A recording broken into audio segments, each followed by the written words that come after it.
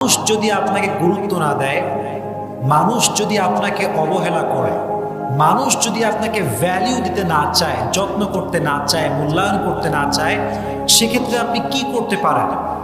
ইসলাম এই ক্ষেত্রে কি সাজেশন দিয়েছে, রাসূল করিম সাল্লাল্লাহু আলাইহি ওয়াসাল্লাম কি বলেছেন, এটা আমরা আজকে জানবো।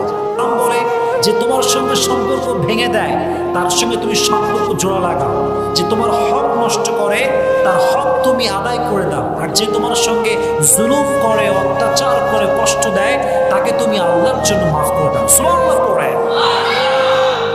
হোয়াট এ বিউটিফুল ইসলাম, কি সুন্দর ইসলাম।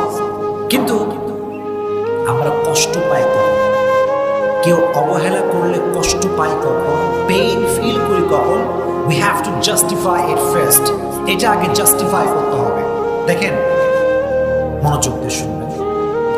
যখন কোনো একজন নির্দিষ্ট ব্যক্তির প্রতি আমাদের অনেক মায়া, অনেক ভালোবাসা এবং অনেক আশা থাকে, এক্স্যাক্টলি সেই ব্যক্তি যখন আমাদেরকে কষ্ট দেয়, যত্ন না করে, গুরুত্ব না দেয়, তখন আমরা প্রচন্ড পরিমাণে হার্ট ফিল করি, কষ্ট পাই। So firstly, you have to overcome the illusion and expectation from him. যাকে আপনি খুব বেশি মায়া করেন, যাকে আপনি খুব বেশি ভালোবাসেন, তার প্রতি আপনার প্রচন্ড পরিমাণে আশা কাজ করে যে সে আমাকে রিপ্লাই করবে, ভালোবাসবে, যত্ন নেবে। এই ভালোবাসা, এই মায়া এবং আশা তার থেকে কাটাতে হবে। রাজি আছেন ইনশাআল্লাহ?